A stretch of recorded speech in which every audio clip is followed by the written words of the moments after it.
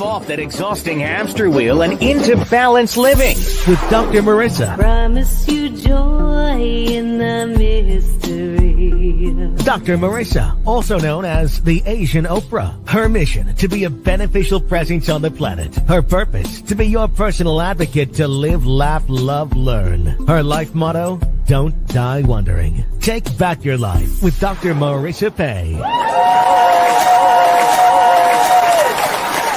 It's Dr. Martin Luther King Day, and it's a day that celebrates peace that I try to celebrate every single day of the year. But I wanted to bring back my three-peat guest, who's also a friend of mine, who has the amazing ability to basically channel Dr. Martin Luther King in the voice. And if you close your eyes and listen when he does his speech a little later on in the show, you'll see what I'm talking about, and we get to enjoy that to honor Dr. Martin Luther King this week. But before that, I'm going to give you a little background on Gerald C. Rivers. He's a multi-talented actor, voiceover artist, teacher, master African drummer, and inspirational speaker. Classically trained Shakespearean actor, didn't know that, is also a voiceover artist for well-known video games as the World of Warcraft and the voice of M. Bison in the Disney Academy Award nominated 3D animated film Wreck-It Ralph. Gerald has been a noted scholar and orator on the words and works of Dr. King for the past 30 years and created several shows which highlight some of Dr. King's lesser known speeches, since Dr. King has a lot more to say than I Have a Dream. Gerald was honored by the Center for Advancement of Nonviolence when they recognized his work and bestowed upon him their Season for Nonviolence Local Hero Award. Without further ado, please welcome back Gerald Rivers. Well, thank you for having me. It's truly a joy and a pleasure to be here. It is. It always is. So I thought we would do a little something different because you've been on, this is your third time, and we've never really talked about you. Like, who are you? And what do you want? Those are the questions that come from an answering machine, not a questioning machine. And specifically, I didn't know until I did research this time about your whole from Compton and that story. So take me back to how it all started with you.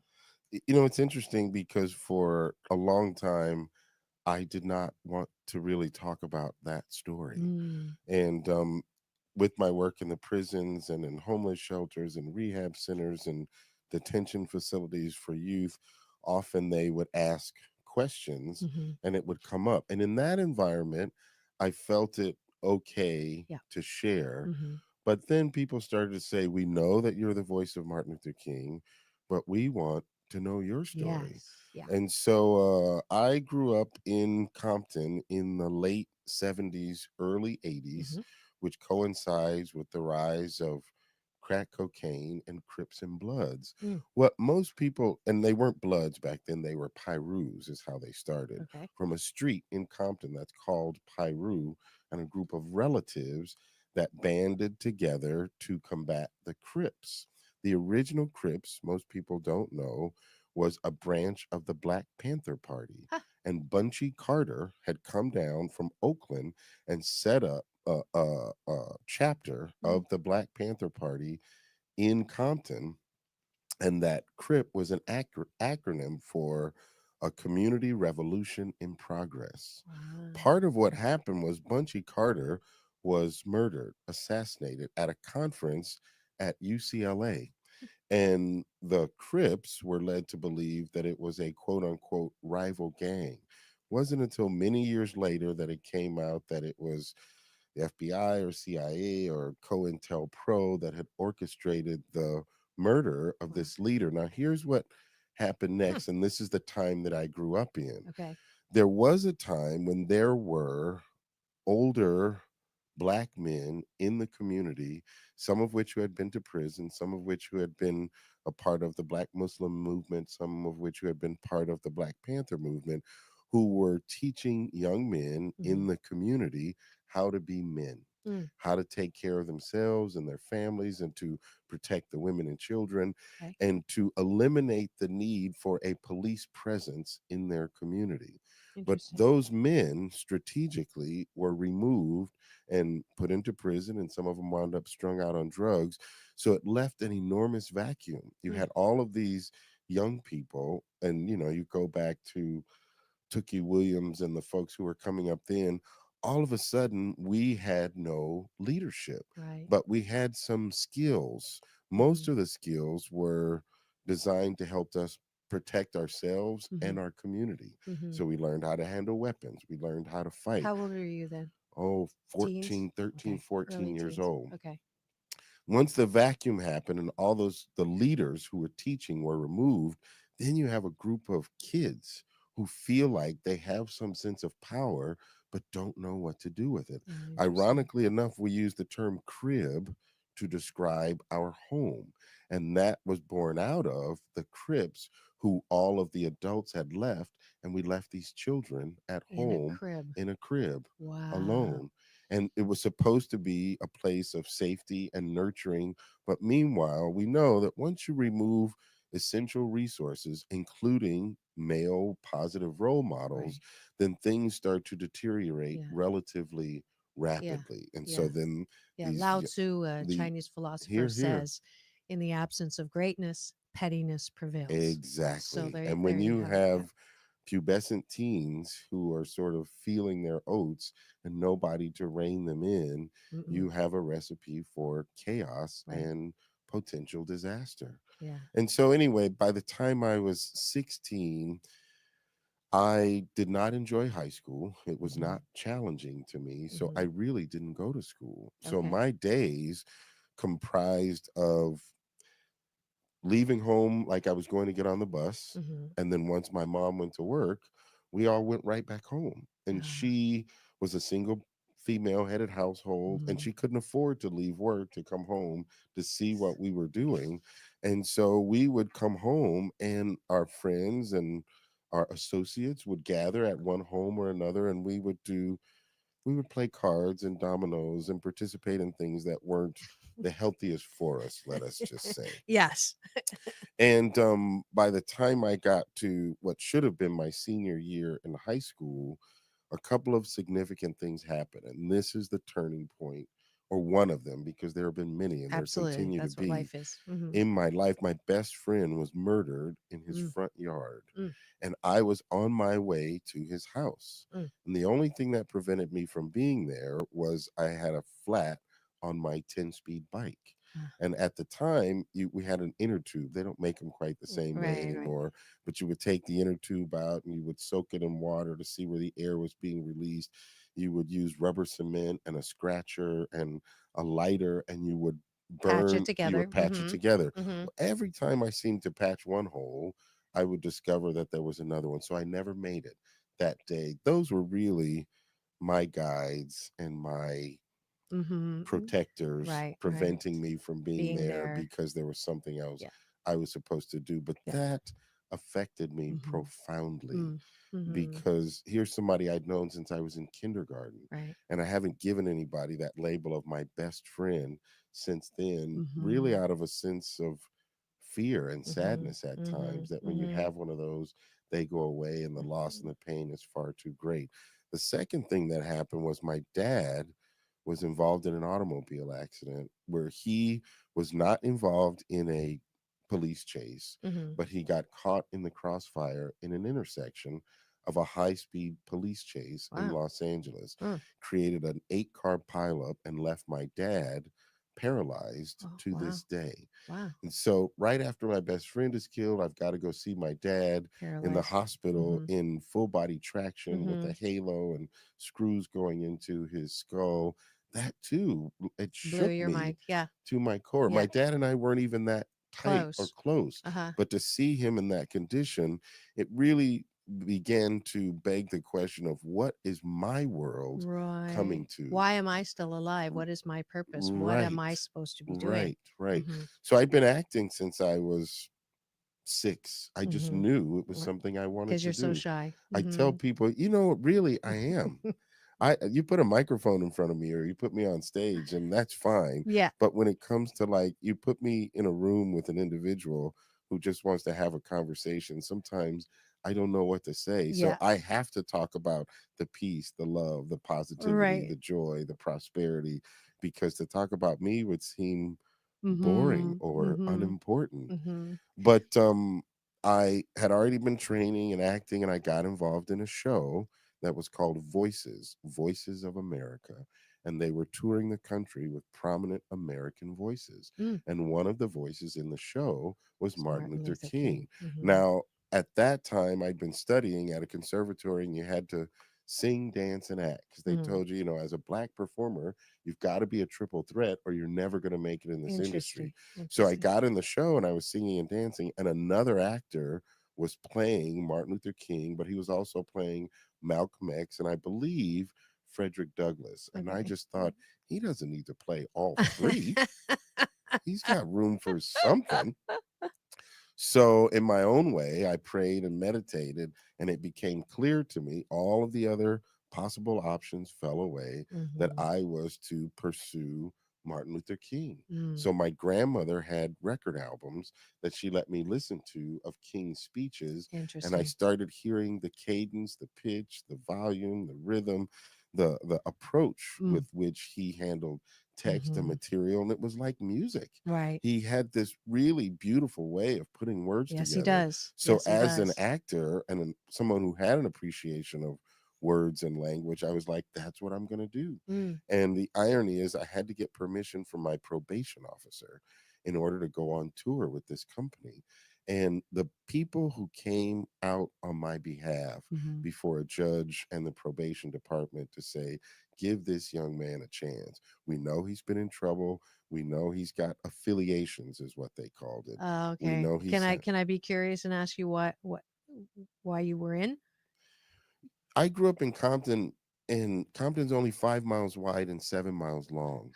When you're between the ages of 12 and 16, and that's all you see, you believe that every teenager on the face of the planet has an existence like that. Mhm. And so it was my world, it was Right. my existence. And there was an opportunity for me to excel in that particular Okay. hierarchy Mhm. because we were already poor, we were Right. already angry, Mhm. and few of us were actually afraid of dying. Mm. And so it Mhm. was almost like We're not afraid. we're not afraid of dying. Okay. Okay. Well, no, a lot, Few. few were actually afraid Oh, okay. because our situation already appeared so bleak. Mhm. And then you Hopeless. would watch television and you would see the Brady Bunch in these Mhm. situations that were so starkly different from our Mhm. reality Mhm. that anything would be better than Mhm. this. Right. So we were willing to risk life and liberty. And we Okay. knew people who had gone to jail and got out. And in our minds, our perception was they were fine. Right, right. So It's not that if big of a that's deal. what happened to you, you would survive that as well. Okay. I now Not a know, return. right? I Mhm. now know even death, if that happened to you, the truth is we would survive Right, that right, as right, well. right, But right, there was right. nothing to fear, and there was a community. Yeah. And it's almost like being in the military. There's a camaraderie that builds among young men who are Mhm. willing to fight. Mhm. And I think about it now, that's the only time in my life where were a group of people, Mhm. no matter where they came from, who I knew were willing to sacrifice their freedom and their life for my honor, Mm. not just to protect my physical being, but if someone spoke ill of me, those people would come to my Yeah. defense, even if it meant their own demise. Right. And Right. so there was something about that that was very bonding, Mhm. the ace coon boom, your womb to the tomb, people that you knew since you were small kids, and now you were Mhm. gently Mhm. becoming men because Mhm. you were being forced to Yeah. grow up so rapidly Yeah. Yeah. that it The seemed power of cool and that the thing to connection. do. Yeah. Yeah, That power of belonging to something because otherwise you really felt like you were out there by by yourself. yourself, all And there alone, were some disconnected. people in the hood who were not prone to join gangs, but if another rival gang or neighborhood knew that that's where you lived and they approached you or attacked you, you sort of had a choice. I can go to the people in my neighborhood and say, they hurt me, they Right. violated me. Mhm. And those guys would come to my aid, but then I would be eternally indebted to To them them. because they would Mhm. say, the next time another person is in trouble or Mm-hmm. is wronged or Mm-hmm. is brutalized, you then have an obligation to come to their aid as well. So you make a Mm-hmm. choice Right. about whether or not you're even going to ask for help from your neighbor, because there is a price to pay. And this is why I wanted to talk about this, because you've taken all of those experiences and now you are so interested in helping the youngin Oh, here. in the jail system, Oh, yeah. as well as in As the well as in the the adults. neighborhood. Yeah. To so what would you say is the most important thing that a teenager who is being raised, or that's all they see, that limited amount, and that's what it is, what do you say to them now? That you have everything you need already inside of you. Mm. That there's nothing that your mom or the neighborhood or the community can give you that Mhm. you don't already have. Mhm. And once you realize that you did not come to the planet Earth to get anything, that you Mm. came to release what is within you, it is what will liberate you. Mm. Then there's nothing that those other people, enemies, friends, foes, whatever label you give them, that will have power and dominion over Mm. you. And that's really what we want: freedom, and we Mhm. want power and dominion over our own lives. Mhm. So and most of those young men that I've talked to are saying, my mom this, or my dad is really angry or upset, Mhm. or my teachers don't respect me, or the people at the church act like they're better than me. And all of that is dealing with things that are outside of Mhm. yourself. So Mhm. once you start to deal with Mhm. what's in me that is presenting that perception for myself, Mm. then I can start to heal and deal with that, and then it doesn't matter where I am. Right, right. And I've met people from Compton all over the world. And so that Out of environment, Compton. oh Mhm. yeah, that Mhm. Straight out environment of straight Compton. out of Compton has created and built some really strong individuals. Because Right. part of what it says is, if I can handle and deal with this, I I can can do. handle and deal with Yeah. anything. Yeah. And I yeah. survived, I Yeah. got out, Mhm. and here's the important part: I will still go back. Mm. It's one thing when we go, I can't wait until I'm away from here and I'll never be back here again. Right. It's something else when I go back every year to the senior center, and my mom, my dad, my brothers, my aunts, and they all still live in Mhm. Compton. I don't Mhm. choose to live Mhm. there, Mhm. but I have no fear or qualms Right. about visiting and Mhm. supporting the people who still live there. Yeah. And for that, you get Dr. Marissa's Beneficial Presence on the Planet Award, because it's, I've had a interesting past as well, and people say to me sometimes, you really don't need to revisit that because you're keeping that vibration alive. And I do understand what they're talking about, and they're doing it because they love me and want to protect me. At the same time, I believe that in life we all go through what we go through, and the key to happiness is getting up and Right. alchemizing through whatever we go through, because then what happens is we have something that when we talk about it, like you're talking about what happened, people will relate and they Right. go, okay, they do get me. I'm not alone. I haven't been the only one that's Right. gone through this. He does know, and he has a way out, and he's telling me to look within. And that is why Gerald Rivers is on my show today. If you've just tuned in, he is about to get up now and do a little Dr. Martin Luther King Jr. for us over there on that mic Okay. while I set you up. And this is his third time on. We're celebrating and acknowledging the words of peace, the words of love, the words of nonviolence as he prepares to speak. And I didn't ask him this time for a particular part of Dr. Martin Luther King's words, because it's whatever he needs to. And we've had past shows where I did ask for I Have a Dream. But one of the things we realized today is Dr. Martin Luther King is way more than just I have a dream. So if you want peace of heart and peace of mind, just take a little breath, gently close your eyes, and listen to the words. The dilemma and the challenge facing the Negro today. You will remember that it was in the year of 1619, when the first Negro slaves landed on the shores of this great nation. They were brought here from the soils of Africa, and the Negro lived amid this system of slavery for 244 years.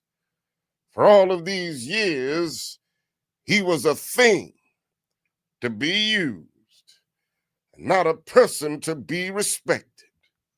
And even after slavery ended, the Negro realized that he was confronting a new type of slavery, because racial segregation is nothing but slavery covered up with certain niceties of complexity. Now, in spite of the fact that we have lived with physical slavery 244 years, in spite of the fact that we have lived with segregated conditions for almost 100 years, the demands of history require that we be as productive, as resourceful, and as responsible as the people who never had these disadvantages.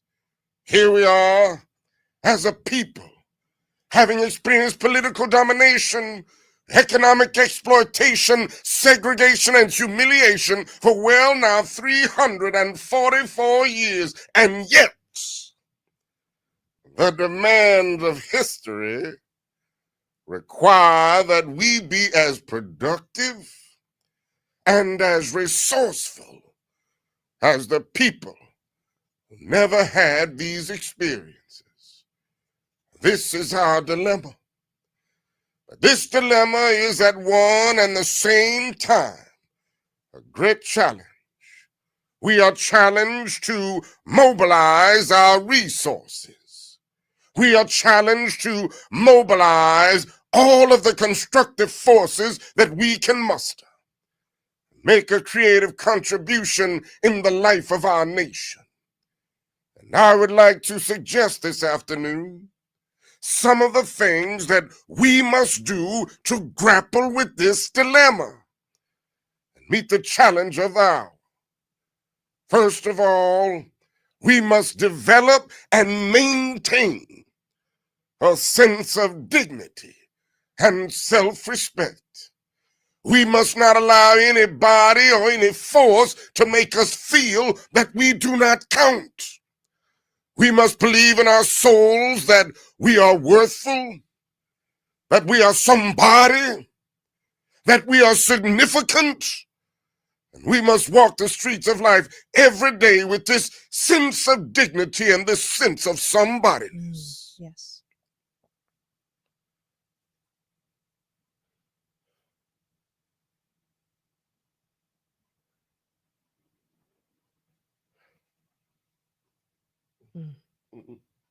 Beautiful. Yes, we do.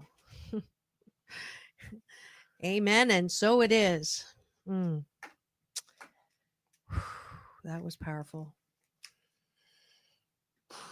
That was Gerald Rivers, Gerald C. Rivers, who embodies and practices and speaks the words of Dr. Martin Luther King in such a way that brings him back to life in a way, and is just powerful. Thank you so much. That was amazing. That's a new one. That's a new. There's literally dozens of speeches that I have committed to memory, and they're more than memory. They are internalized, an embodiment of who I have become.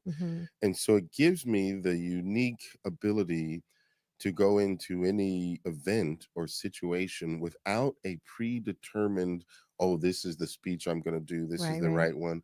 So that is born directly out of the conversation that we're having. And I have to remind people that Dr. King was not fighting for race.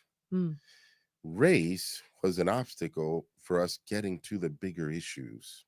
Hmm. And he just needed to get that out of the way so we could get to more important stuff because people were so hung up on it. So even in this particular speech, if you remove the word Negro Mm-hmm. and you place any race, group, gender of people, and you fill in the spaces with what they've been challenged with, Mm-hmm. the Mm-hmm. answer is still the same. Interesting. Even in this day and time, in this Yeah, political yeah, climate, yeah. he's really saying, don't let somebody else make you feel that you don't count. Right. You And are a somebody, and here no it matter comes, it whatever comes that. right back to, you have to believe in your soul Mm-hmm. first, Mm-hmm. and then everything else will be born out of that. And Mm-hmm. so I appreciate, and I just get out of the way, like, what's going to be the right thing to say there? And Yeah, I yeah. can't tell you how many engagements I've had over the last 10 days. I have literally lost count. Yeah. Well, this is your season. Not only is it my season, but this particular year, I am busier than I have been in over a decade. Well, I think we called that forth 2 years ago, if you remember. Oh We yeah. set that intention here in the studio. Yeah, I people are concerned, let's just say. Uh-huh. People are, and it's interesting because King talked about that. He talks about in his day and age, he says people are more worried, more frustrated, more bewildered than in any point of human history. Mm-hmm. He says the psychopathic wards of the hospitals are full and clouds of anxiety are floating in our Mm-hmm. mental He's talking about skies. now. He's Mm-hmm. talking about now. Mm-hmm. It's like so Mm-hmm. much of what he had to say sounds like he's talking about right What's now. absolutely, And if I were to absolutely. remove either ethnic, racial, chronologic, or geographic references, what he said about the Vietnam War Mm-hmm. could be applied to the war in the Middle East, Uh-huh. to the Interesting. wars that have gone on there. Right. Right. It's the same and it's different, but it's the same. And as it applies, since you opened that door, Saturday I'm doing a women's march Hmm. in LA, and somebody posted, hate Trump, gathering anti-Trump marches, and I went, oh my God, I hope this isn't on that list, Yeah. because that is not why I'm marching, because um, it is whatever is happening is, as you were saying, it starts in here. Right. And the good news about what is happening right now, wherever you are on that political map, the good news is we now have more awareness of where people are at. Everything in the darkness must come to the light before it can be healed. Yes, that's a And there are plenty of open wounds that yes, we're looking for an opportunity to be healed. yes, And yes. everything, I believe, everything that happens is an opportunity for the greatest potential for growth. Yep, yep, absolutely. You're preaching to the choir. Here, You here. cannot heal something that is dark and infected. You Hmm. cannot. It's always under that surface, smooth water, sharks below. Hmm. Now we know what we need to heal, as you were saying, and that's our work. And so hating, doing the same thing that is being done, is not the answer. You can't find a solution when you are using the same energy that's in the problem to try to find a That is solution. the Kingian philosophy. Mm-hmm. He says somebody must have sense enough to meet hate with love. Mm-hmm. Somebody must have sense enough to meet physical force with soul force. And Yes. then he's so profound and so prophetic and both poetic at the same time. He says, if we will but try this way, we will be able to change these conditions and yet at the same time win the hearts and souls of those who have kept these conditions alive. Because he says we've got to do that. And people would say, well, that's going to take legislation. I can hear King saying, I know that there are those that say it's going to take education, but he says it's going to take both education and And legislation. legislation. He Mhm. says education, we need, because that's going to help that man be able to love me. And he says, but the law can keep him from killing me. And I think that's pretty important too. I love that. That's brilliant. And it is that time. I hate to take a break right now, but I do love my sponsors and so appreciate their ability to keep this show alive and me on the air and guests like Gerald to come to the studio. So we're going to be back in 2 and 2. Peace in and peace out. Headaches, hay fever, arthritis, acne, heartburn? Ready for relief without unwanted side effects? Then Longevity Pure Medicine has a natural homeopathic remedy for you. And be energized, a 0-calorie caffeine alternative, and be light to increase digestion and decrease appetite. Longevity products promote better health. Get your 10% discount today at longevitypuremedicine.com with my Asian Oprah, all one word, personal coupon code. That's longevitypuremedicine.com. Headaches, hay fever. Does it hurt to move? Do you have I'm getting old back pain, joint discomfort? Then let Lori Soki, a certified Pilates trainer posture specialist, help. Her new book, Be Healthy on Purpose, and 4 DVDs will get you back on your feet and off your back. Go to www.healthyposturenow.com today and let Lori help you get your groove back. That's www.healthyposturenow.com. And we're back. You are tuned in to Take My Advice. I'm not using it. Get balanced with Dr. Marissa every Tuesday at naturally high noon out of the Sunset Gower Studios here in Hollywood, California at Universal Broadcasting Network. And then again on Thursday at 7, Saturday at 1 on my syndicated CNBC News Radio channel, KCAA, AM 1050, FM 106.5, everywhere on iHeartRadio. And we have the amazing Gerald C. Rivers here, who is bringing us the spectacular Dr. Martin Luther King. Here he is again. America is essentially a dream. It is a dream of a land where men of all races, of all nationalities, and of all creeds can live together as brothers. The substance of the dream can be expressed in these profound words. We hold these truths to be self-evident, that all men are created equal, that they are endowed by their Creator with certain inalienable rights, that among these are life, liberty, and the pursuit of happiness. One of the first things we notice about this dream is its amazing universalism. It does not say some men, but it says all men. It doesn't say all white men, but it says all men, which includes black men. It doesn't say all Gentiles, but it says all men, which includes Jews. It doesn't say all Protestants, but it says all men, which includes Catholics. It says all men.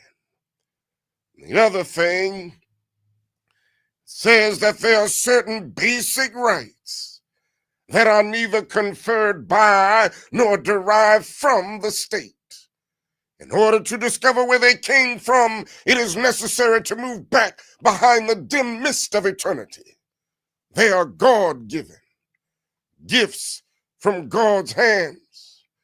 And seldom, if ever before in the history of the world, has a socio-political document expressed in such profound, eloquent, and unequivocal language the dignity and the worth of human personality.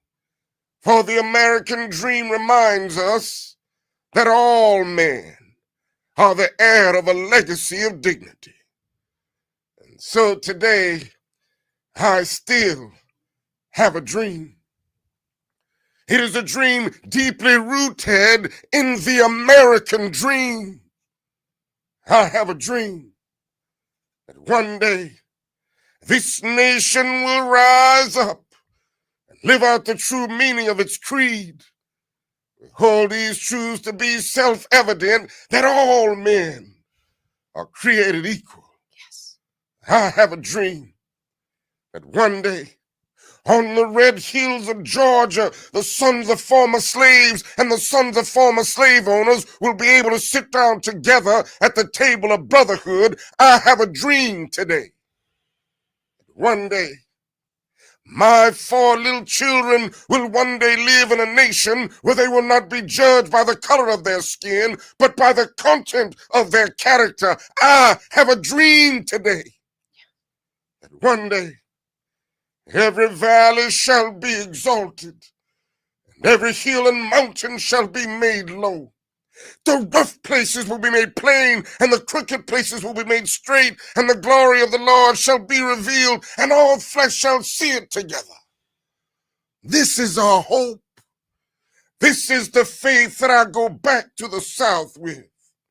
With this faith, we will be able to hew out of the mountain of despair a stone of hope. With this faith, we will be able to transform the jangling discords of our nation into a beautiful symphony of brotherhood. With this faith, we will be able to work together, to pray together, to struggle together, to go to jail together, to stand up for freedom together, knowing that we will be free one day. And this will be the day when all of God's children will be able to sing with new meaning, "My country, 'tis of thee. Sweet land of liberty, of thee I sing. Land where my fathers died, land of the pilgrim's pride, from every mountainside, let freedom ring." And if America's to become a great nation, this must become true. And so, let freedom ring from the prodigious hilltops of New Hampshire. Let freedom ring from the mighty mountains of New York. Let freedom ring from the heightening Alleghanies of Pennsylvania. Let freedom ring from the snow-capped Rockies of Colorado. Let freedom ring from the curvaceous slopes of California. But not only that, let freedom ring from Stone Mountain of Georgia. Let freedom ring from Lookout Mountain of Tennessee. Let freedom ring from every hill and molehill of Mississippi, from every mountainside. Let freedom ring. And when this happens, when we allow freedom to ring from every state and every city, from every village and every hamlet, we will be able to speed up that day when all of God's children, black men and white men, Jews and Gentiles, Protestants and Catholics, be able to join hands and singing the words of that old Negro spiritual. Free at last, free at last. Thank God Almighty, we are free at last.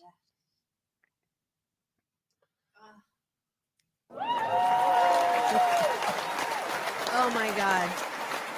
I just like, whoo. I'm speechless. That doesn't happen very often. That's incredible. I have that dream. I know you have that dream. I know it's going to come true. I know that as interesting and as weird and as emotional as the time it is right now in our country, it's only going to get better, and it will get better. And thank you so much. Shit. That was absolutely the best I've ever heard you do that, by the way. So what you heard was a little combination at the beginning of a speech called The American Dream. Now, most people don't know this, but the information's available. Before Dr. King ever delivered the I Have a Dream speech, he was on what amounted to a whistle-stop tour delivering the American Dream. And when he went to the March on Washington, a couple of interesting facts. The first is there was a significant organizer by the name of Bayard Rustin. And he is not in the history books quite often. Mhm. And it's because he was a Black, gay, communist Quaker. Huh? And nobody was ready for that kind of individual to be at the helm of an organization in the United States of America, much less an event of that magnitude. But he is the brainchild of the March on Washington. They Interesting. didn't allow him to speak, and they didn't put his name all over the place, but he is so significant. And when we think about the day and time in which we live now, Right. where we have finally come to terms with another marginalized community, Dr. King, even then, even in his staunch Baptist Christian upbringing, Mhm. saw an idea coming from somebody who was different from him, Okay. and yet there is nothing more powerful than an idea whose time has come. The Yeah. other thing about the I Have a Dream speech, which goes down as an iconic piece of American history, is the night before the organizers met with Dr. King. So you had SNCC, you had union, you had labor, because remember, it was supposed to be for peace, jobs, and freedom. Yeah. And they were saying to him, Dr. King, you can say this, but don't say that. We want you to cover this, but don't worry about Okay. that. Yeah, And he yeah, was yeah. like, okay, I got you. I got Yeah, you. yeah. And he had speech writers, and there's no shame to that. That was part of Yeah, who he sure. was. So he gets up with a prepared text. Uh-huh. And if you watch the video, you will see him referring to the text several times for the first half of the speech. And then it's Mahalia Jackson, who is the noted gospel singer of the day, Mhm. who screams out, "Tell him about the dream, Martin." And he lifts his head and goes into I Have a Dream. And that's why the first lines in I Have a Ah. Dream say, I have a dream that is deeply rooted in the American dream. Because really Wow. what King was saying was, I'm not coming up with any new revolutionary ideas. He said, and I quote, we're just saying to America, be true to what you said on paper. Mm. He said, if I lived in Russia or China or some other communist country, I could understand the denial of certain basic rights. Mhm. Then he goes on to say, but somewhere I read of the freedom of speech. Yeah. Somewhere I read of the freedom of press. Mhm. He said, somewhere I read that the greatness of America is the right to protest for right. And Mhm. so he goes into the I Have a Dream in a way he has never done it before.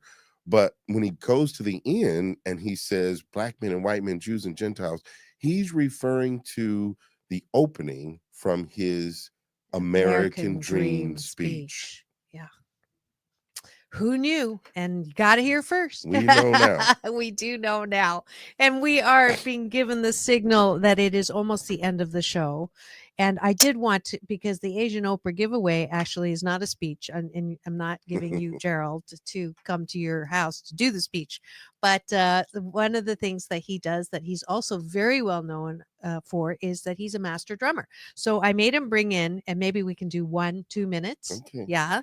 Of a little bit of drumming, and you're not going to see it so much. I've actually been at his house for his birthday and learned some drumming, so I'm very, very young at it. but I'm a quick learner, and I love a challenge. So here we go. These are all djembes, or West African hand drums. Mm-hmm. And they're handmade in Senegal. And when we buy them from Senegal, we support the village where they are handmade. But I teach a class on Monday nights to adults, and my giveaway is to allow an individual to come and get a free class. Perfect. But we'll just play something. So the first one to go to drmarissa.tv and put in the guest register drum, you get the free drum lesson. Okay. All right? Okay.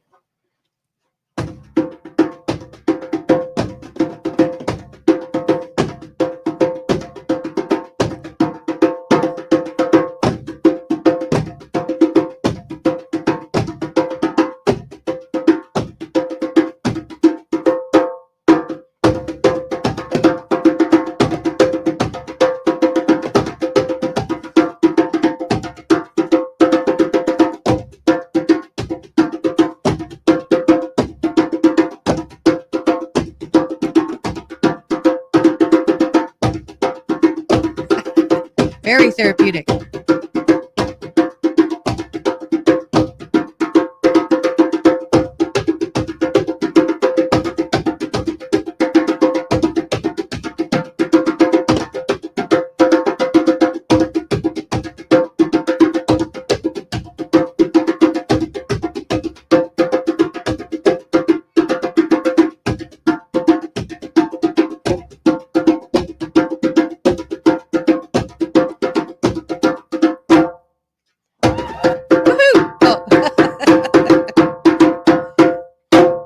Yay!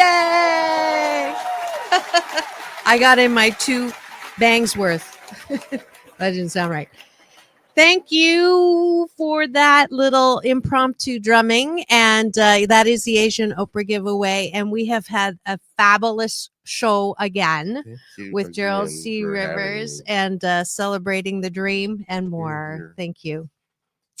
One more. You've gotten more applause probably than any other of my guests on the air. I realize it's not for me; it's for what comes through me. So I'll stand in stead and be grateful. Yes, be grateful because you definitely have found your gift, and so I'll just intend for you even more, even greater, and even more peace of mind, peace of heart for you. Yes, I'm getting some of that, and yes, I'm very busy, and I'm very grateful. Of course, there's the website, but I'm easy to find. Yes, GeraldCRivers.com. And drumming lessons, and she's got a bunch of people scheduling stuff for voiceover, for acting, for drumming. Well, we just got another big voiceover deal. We can't talk about it yet, but I'll come back and tell you absolutely after I'm beyond my agreement. Yay good for you. Here. Peace and blessings and lots of love to you. Thank you. All right, and it is the end of the show, and I know that you actually have a class to teach, so feel free to sneak out now if you need to go. And I am about to do my balance bar, which is the last thing at the end of every show, where I invite you to come and balance with me on several things. So one is the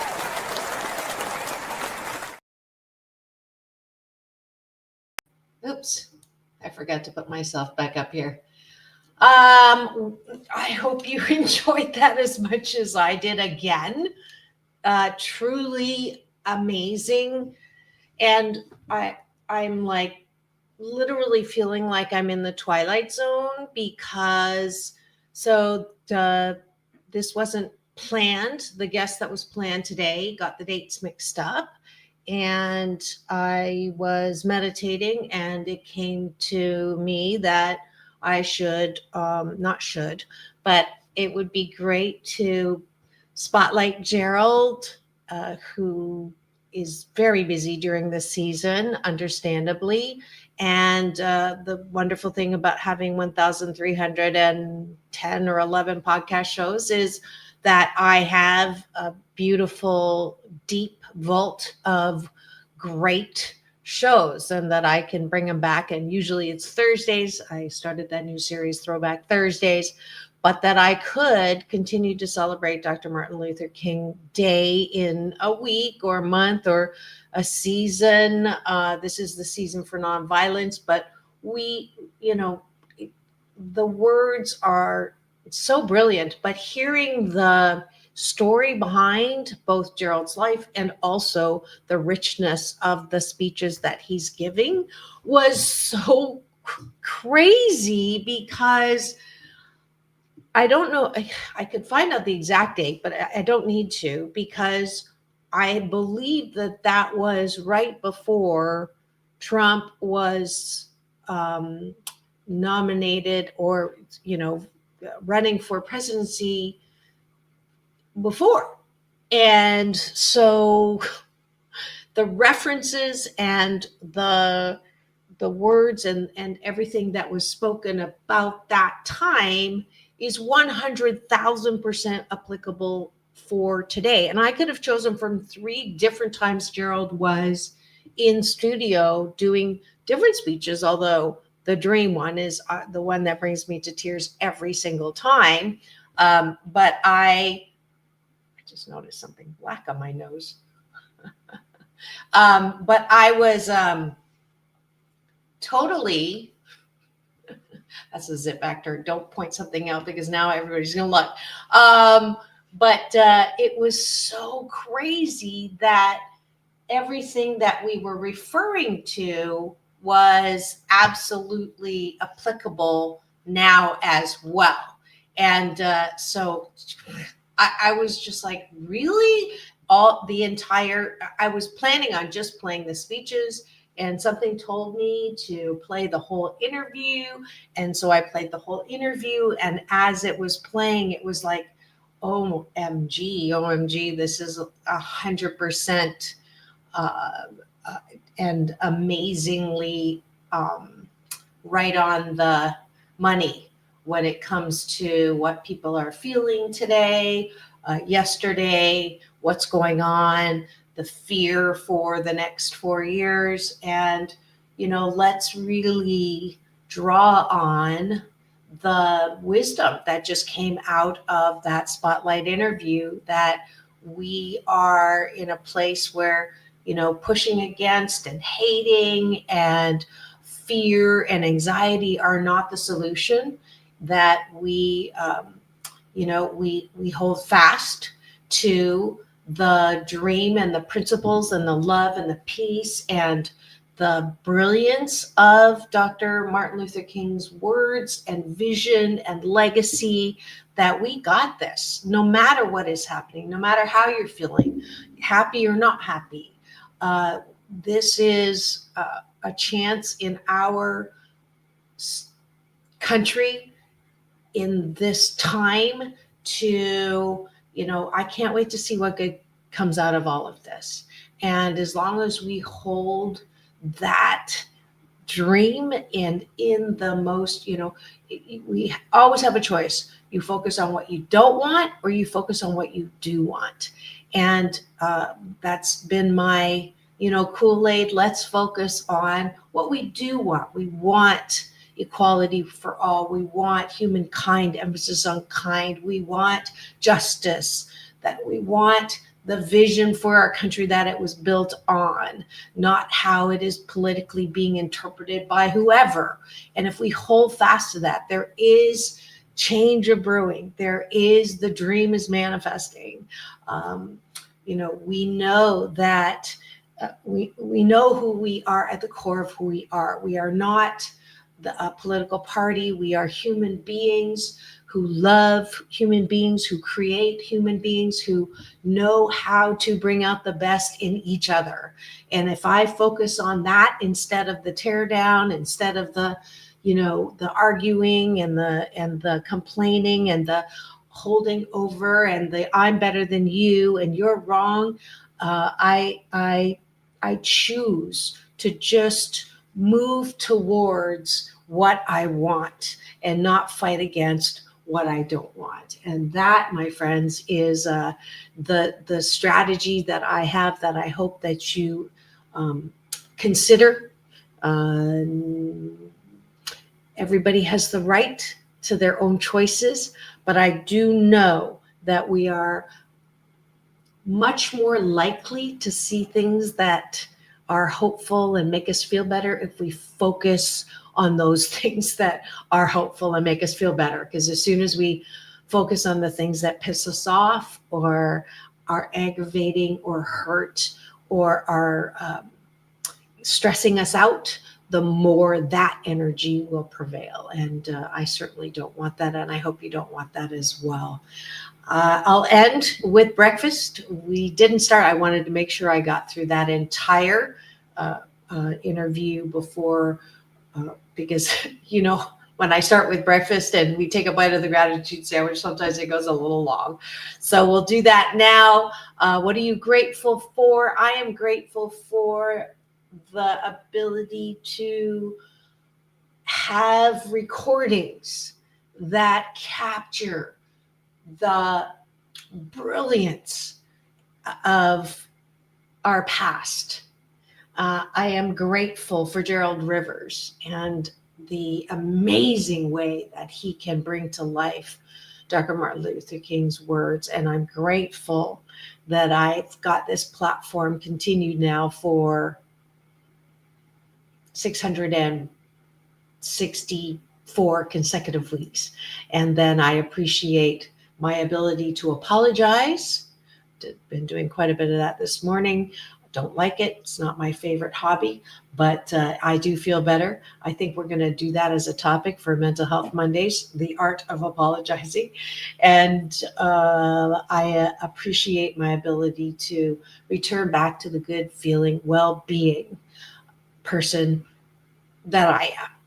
And I so appreciate eyeballs this whole time. I was backstage. I didn't want to come out and distract, but keep it here. I'm live 98% of the time every weekday morning on Take My Advice. I'm not using it. Get Balanced with Dr. Marissa, the morning show here on KCAA, the station that leaves no listener behind, AM 1050, FM 106.5, and streaming everywhere, iHeartRadio, Spotify, and of course my Show Central. You can watch and listen on my YouTube TV channel. Free subscribe. Thanks for joining me. Tomorrow is Doctors in the House with myself and Dr. Tiffany Tate. Don't miss it. It's all about balance, peace in, peace out, world peace through, inner peace. Now go and have the best day ever. We'll see you tomorrow.